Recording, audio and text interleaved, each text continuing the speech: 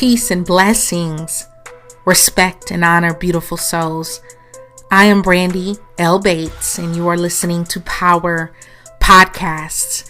You can find many of these talks archived on YouTube at the I Am Brandi Bates YouTube channel. Find me on Twitter at Soledad Francis and on Instagram at Brandi is Winning. Today we are talking about the school of hard knocks, things college won't teach you. And of course, this talk could go on and on because there are probably an infinite amount of things that colleges won't teach you. Even some of your most prestigious, affluent universities and higher learning institutions, they just don't have the ability and the resources to cover it all. So I'm just going to touch on some main bullet points of things that I truly believe are important that you learn sooner than later. And if you can learn them by learning from other people's mistakes, the even better, Lee Iacocca said, formal learning can teach you a great deal, but many of the essential skills in life are the ones you have to develop on your own.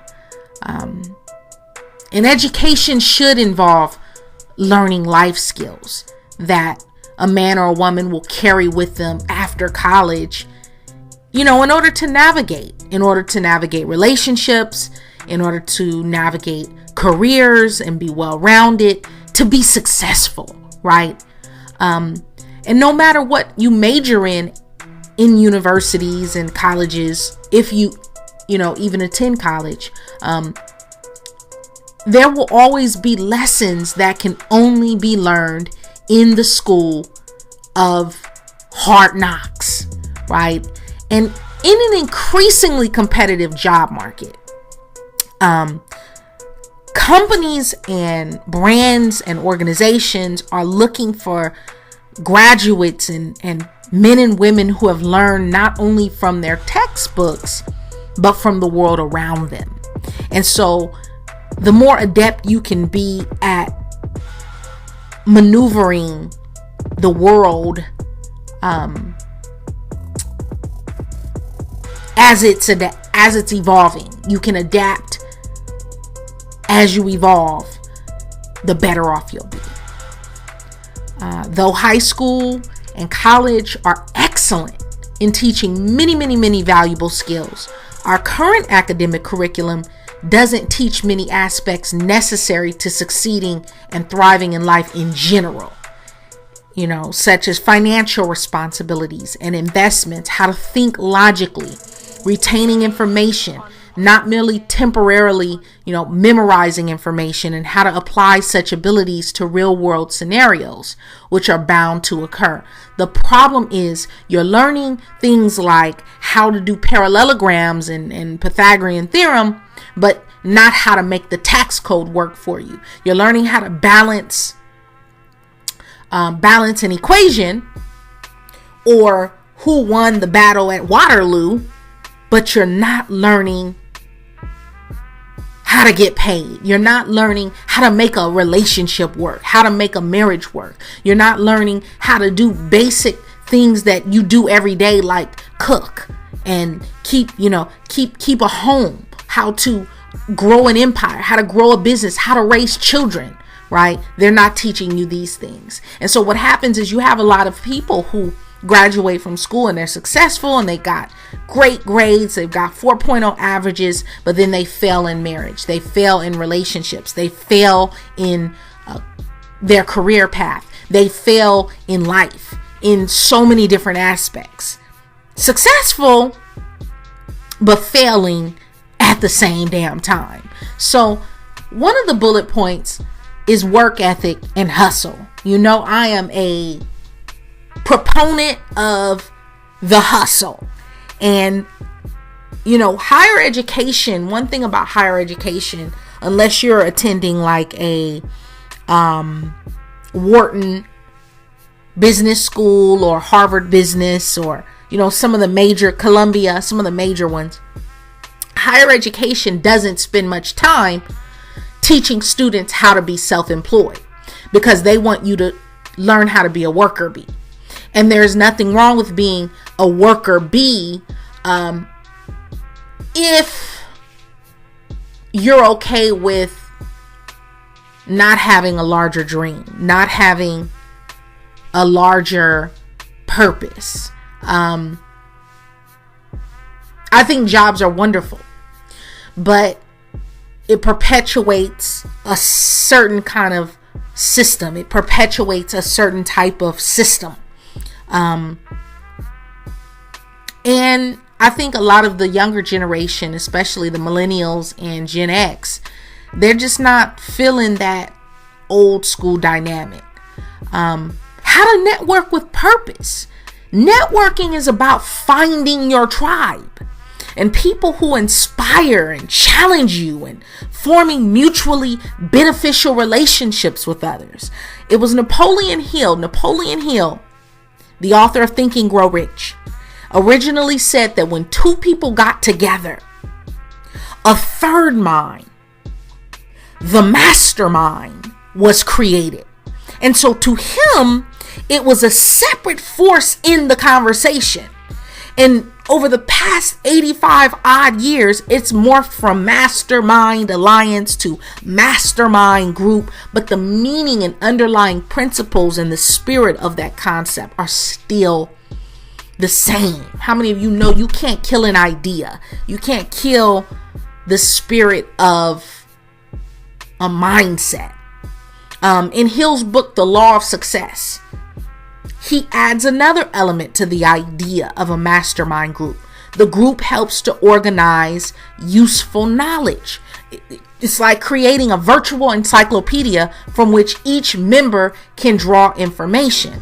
And so that's why I like to hold mastermind groups. I don't believe in, I do this podcast because I was asked to do this podcast. And once I got the ball rolling and got it started, I've just continued with it because I don't believe in quitting. You may see me struggle, but you're not going to see me quit. Okay. So, but it's helping people. But in general, when I get in communication with people, I like to learn from people as much as someone may be able to learn from me. I want to be able to learn from you too. I don't believe in the teacher student dynamic all the time. I believe that it's important to have equals and to debate and dialogue amongst one another, so you create that third mind, that mastermind, something I couldn't get from my own understanding, something you couldn't get from your own understanding. But when we get it together, we're creating a whole totally new, never been done, out the box shit, right? You want to know you want to know what happens when you own your field and you study, grind, hustle, and keep at your goals, keep at your craft until you tap out. You want to know what happens when you keep going until you tap out? You become the best ever. You become legendary. You reach legendary status. You get paid. You get broke off something proper financially and among your peers. Your gift will make room for you. Your skills and your talents, when you refine them and sharpen them and improve upon them, will take you amongst kings, will take you amongst royalty, will take you amongst ambassadors and presidents and celebrities and all type of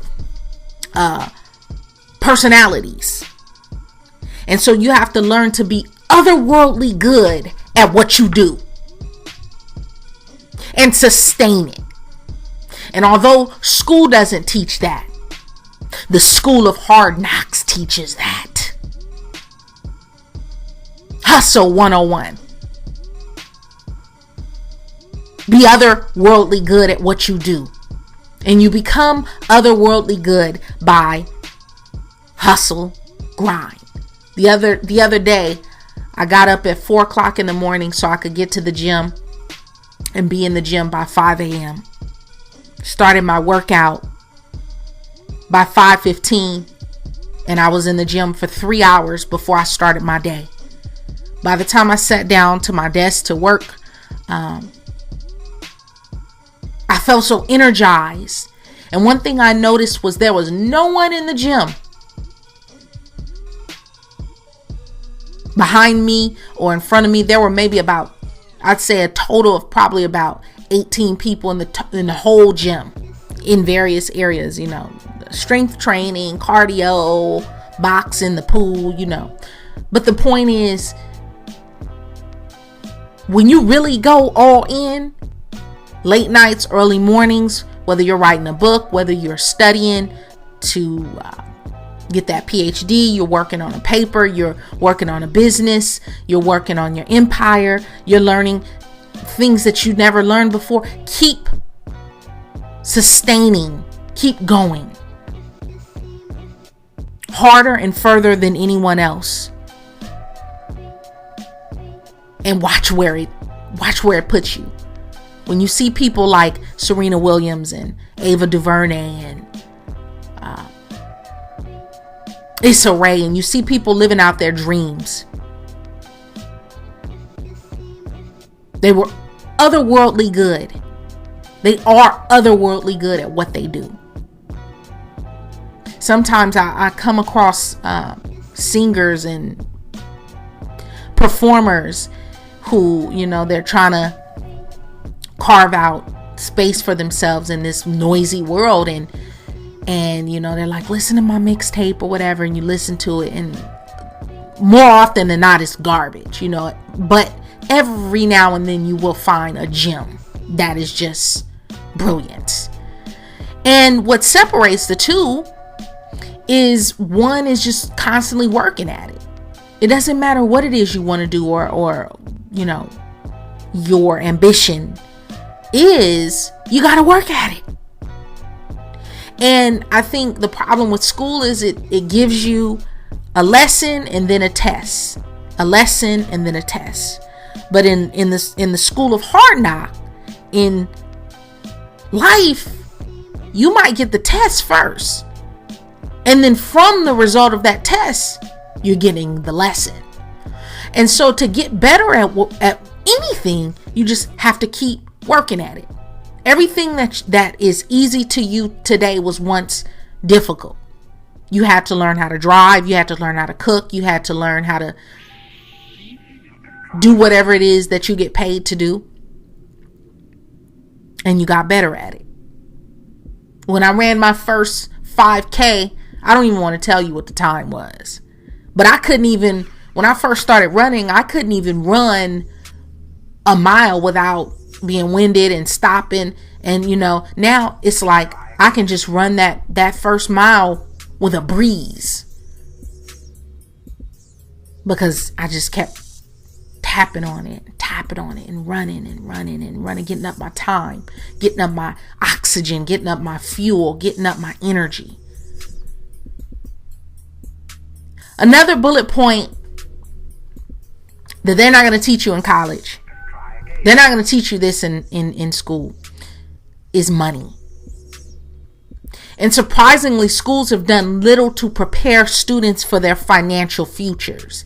In many ways, it's the concept of the blind leading the blind. And so when you have broken, bankrupt people attempting to teach you about money, wealth, how to handle debt, and accumulation of assets, you get students who grow up to make those same mistakes as their predecessors. One thing I like about a lot of immigrants and a lot of foreign dignitaries and things like that, is although they may come from poverty, they may come from a poor, quote unquote, poor country, but they do, once they get out of that environment and come to a place where there's a level playing field, they start running ahead of the curve, ahead of the pack. and teach themselves things that their parents and their parents' parents and the tribe never would have taught them. And so instead of, you never forget where you come from, but better yourself, improve yourself, and then go back and lift up others from where you came from. Not stay in the muck and mire and make the same mistakes as everybody else.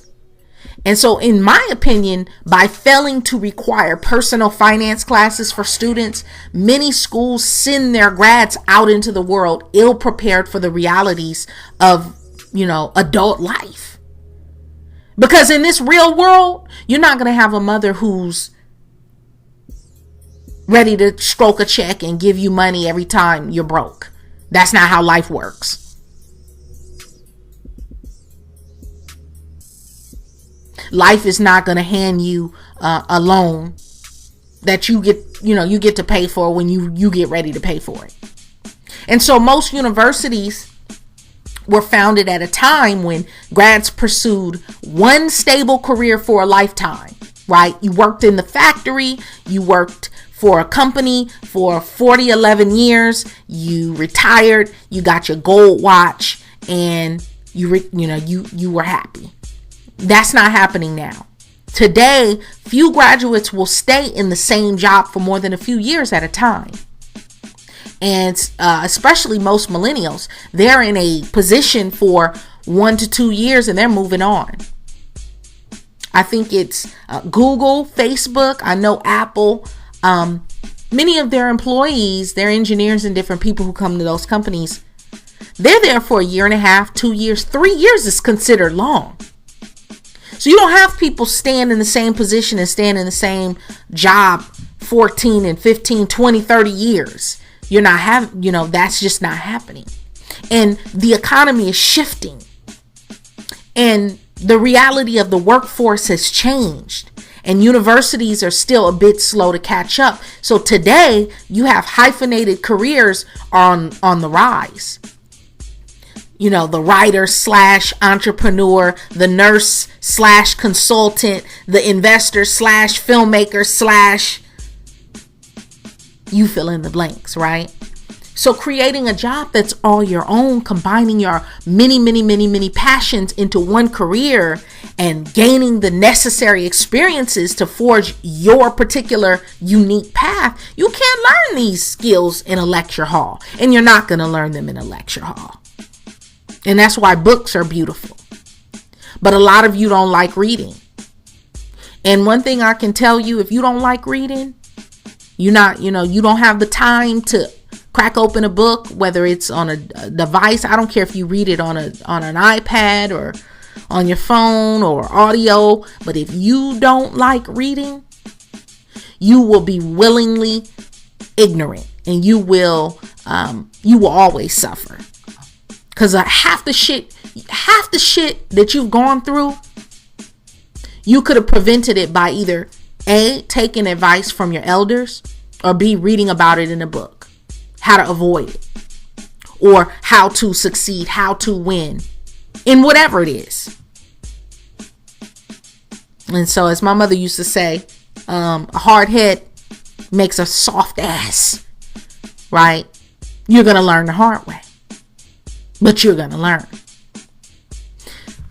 Be that impressive 20-something who knows the ins and outs of their bank account, their credit score, investments. Teach yourself. Because if you don't teach yourself, you're not going to learn. Another bullet point. Relationships and sex. How to be a good partner. And here's something you'll likely never see on a university syllabus. Relationships 101.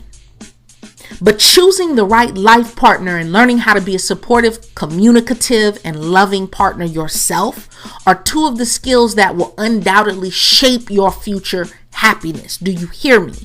Who you marry or who you're sexually and spiritually bound to is one of the single greatest determining factors on your happiness and or sadness. And who you have kids with, that is huge, because win, lose, or draw, this is who you'll be tied to for the following 18 to 21 years, whether you like it or not. And I'm not sure why people leave this to chance. Ladies, stop gapping open for any old body. Have some self-respect. Stop having raw bareback sex with individuals who aren't even capable of taking care of themselves, let alone a whole family out in these streets. You got whole grown ass baby boys having kids, but I don't fault them. I fault the woman who lays down with that man. And then, you're upset for the next 18 years because you can't get child support. Well, when you laid down with him, you knew he was trifling and didn't have shit. You knew when you laid down with her whether she brought something to the table or not. But you probably weren't focused on that. Because school doesn't teach us how to, date for compatibility. We're getting too old to be, life is short. So you're welcome. That single dose of advice will save you 21 years of misery and heartache. And that's what happens when you have sex without protection. Sometimes a baby is created who grows up with needs and attention. And if that man dips out, it's all on you, boo. It doesn't matter if it's fair, It doesn't matter if it's planned or not. That's the way it works. And also, what's the point of having a great mindset if your heart is broken from suffering? Whether it's suffering in the past of, heartbreak, heartache, divorce, being cheated on, being lied to, being a fool. If you have a strong mindset, but your heart is broken from suffering, heartbreak, and pain, you'll be torn. And so your results will suffer. And nothing is more saddening to me than people who continue to get straight A's in school, pile on the electives, build great resumes, yet they've forgotten or never even realized the meaning of love.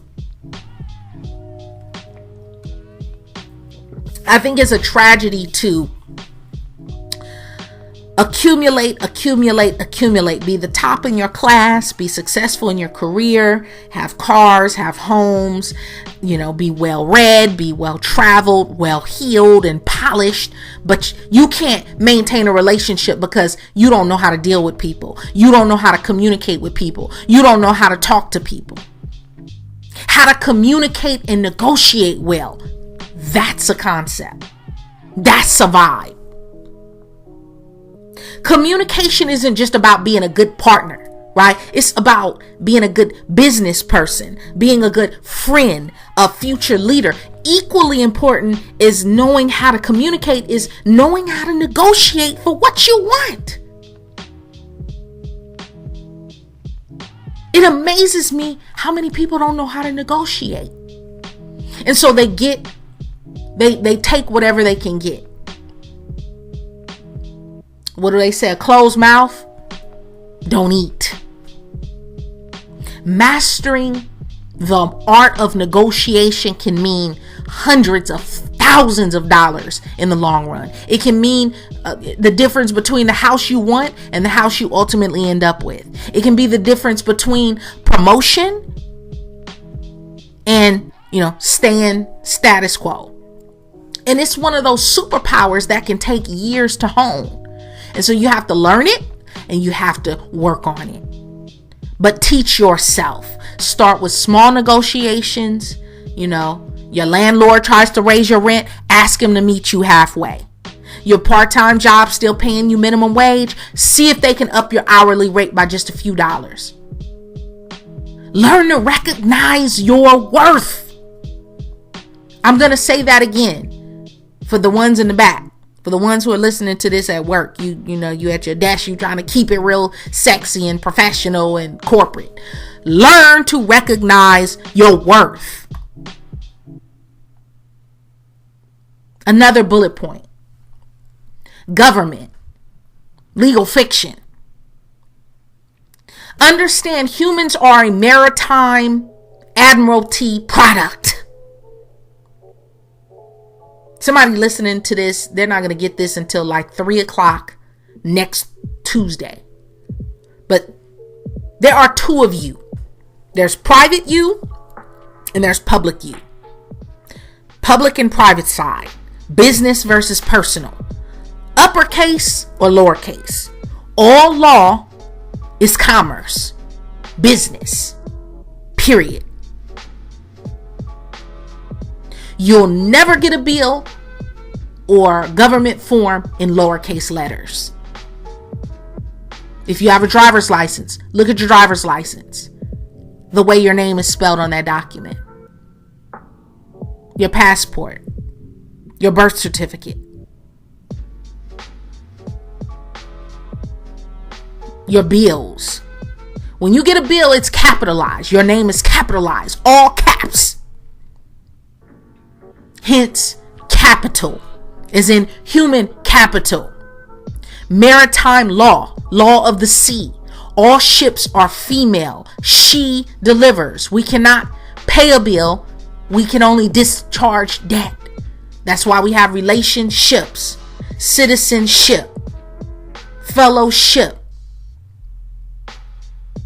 Everything is maritime admiralty law. When you go in the courtroom, that's why we say things like the money needs to be liquid to get liquidated. That's why money is known as cash flow. It flows. Maritime law. You'd be surprised at how little people understand about how the true nature of politics work. And it just tickles me, and I'm brown skinned. It tickles me pink to see people arguing about Republicans and Democrats and parliament and elections and voting and electoral vote. And you have no idea that it doesn't matter who the figurehead is when those who actually affect change in legislation are still in place. Or straw man theory. Research straw man theory. Straw man theory. Know your straw man. How international banks work. And they run everything, every facet of our lives. How multinational banks finance nations to fight each other. There's a great book on this entitled, what is the name of that book? It's written by a financial hitman. It's on the tip of my tongue, and I got a million ideas coming at me. But where do you think countries get money to buy tanks and guns, etc., besides taxes? But these multinational bankers, they make their money on the interest they force nations to pay them. Usury. Another bullet point. How to thrive without gadgetry. Seneca the Stoic. Many of you who know me know that I love the Stoics, the classics. Epictetus but Seneca says, until we have begun to go without, we fail to realize how unnecessary many things are. We've been using them not because we needed them, but because we had them. You don't need a TV in every single room.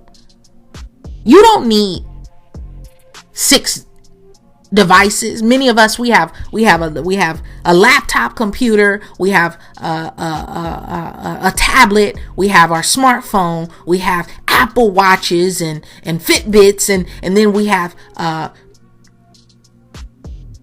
Siri, and we have Alexa, and and so you don't even need half this shit. And do you realize how in many ways technology takes us further and further and further away from nature? How the more we use it, we lose more and more of our autonomy. Have you noticed that? Have you noticed, for instance, Because we have our contacts in our phones, many of us barely know our own phone numbers, let alone someone else's phone number or birthdays. If it wasn't for Facebook, some of y'all wouldn't even know your own mama's birthday. I'm just kidding, but you understand where I'm coming from, right? We don't remember birthdays.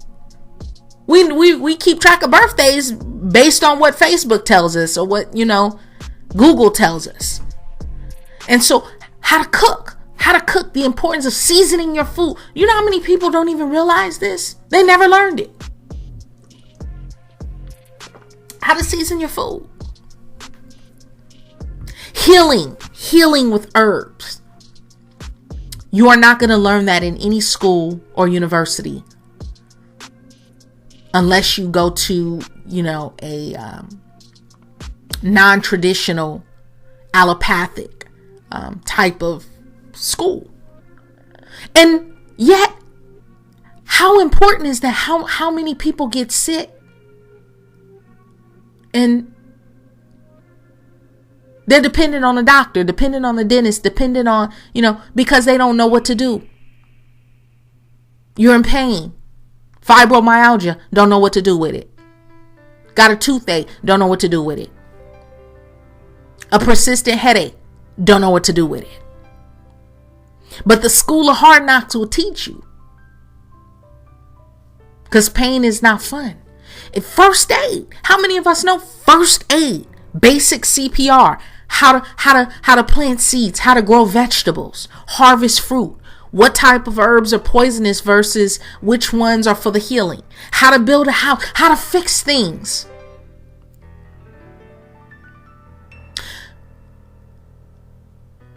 College won't teach you how to avoid burnout.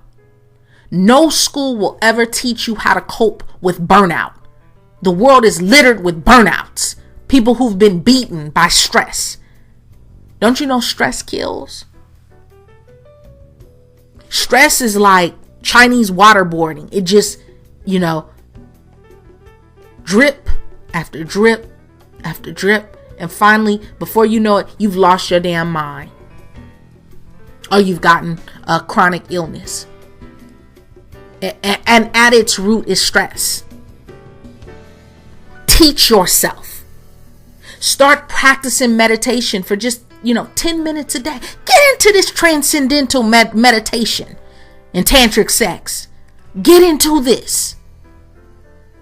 When to trust your gut. College won't teach you when to trust your gut. The ability to trust your instincts is one of the hardest skills to teach and one of the rarest skills to find. You can take 8 semesters worth of seminars in multiple disciplines without ever having to gauge your gut once.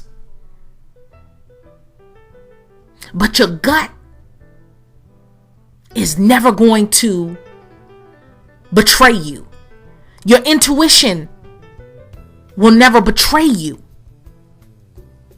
Your heart might betray you. Your intuition will never betray you. College will not teach you how to bounce back or the art of failing with grace. School is a place that trains us for success. Right? But if there's one reality that you should get used to when you're young, especially, is failure. The most successful people are those men and women who know how to fail with grace, how to bounce back, how to, fix your wig and be ready for the next challenge. Teach yourself. Read the biographies of people you admire and make note of the ways in which they coped with setbacks. And always remind yourself of the big picture. Notice I said people you admire. I didn't say, go read Thomas Jefferson and read Oprah. No, read the biographies of people you admire. Who are your heroes? And how did they handle stress? How did they deal with divorce and failure and death of loved ones? And pain and heartache and heartbreak and loss. and learn how to keep things in perspective. In a world of increasing uncertainty and volatility, how do you refine your optimism? How can you expect greatness if you don't know and you fail to run the rituals and routines that the great ones run? Learn them.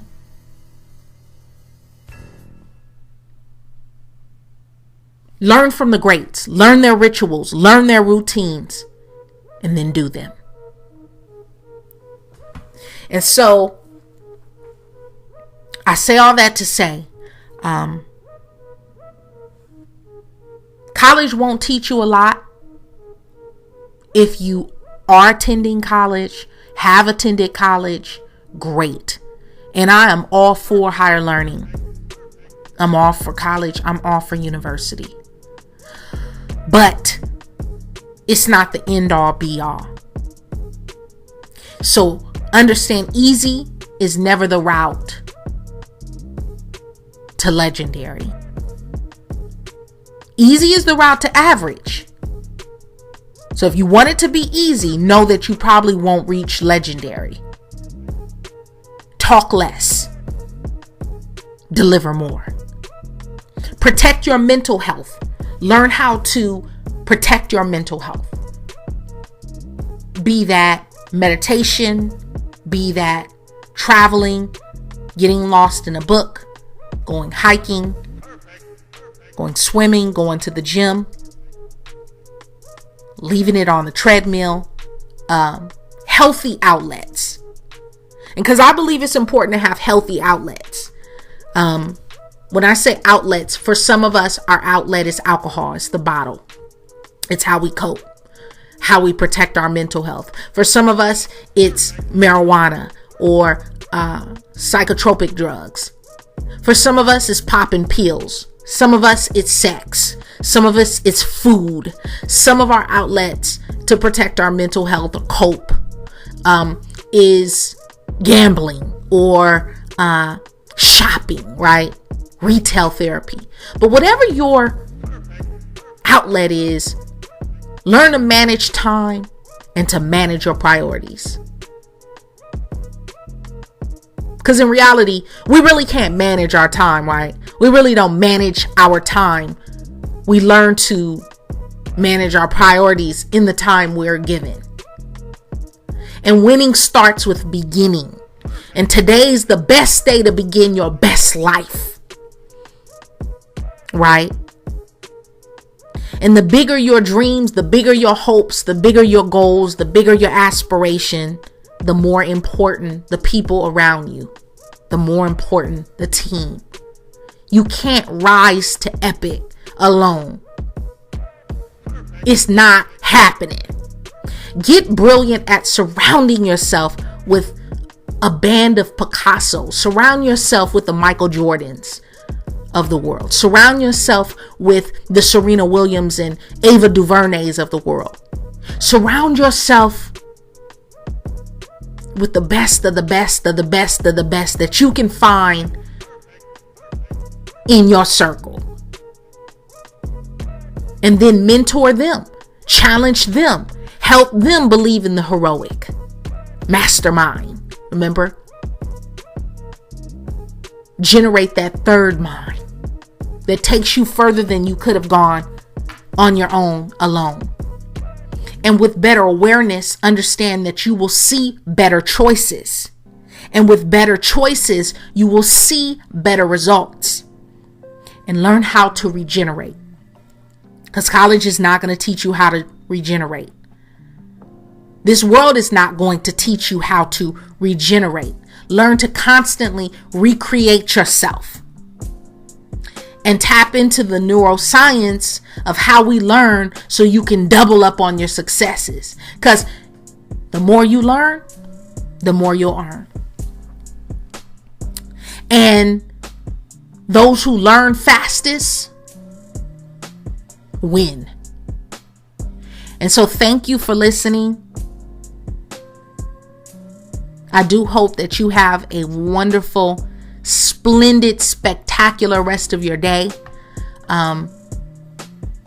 And reach out to somebody today who you haven't spoken to, and I challenge you to reach out. Give them a call, text them, reach out to them, tell them you love them, you miss them, they were on your heart, they were on your mind. You know, we have to learn how to love each other better. Peace and blessings. See you next week.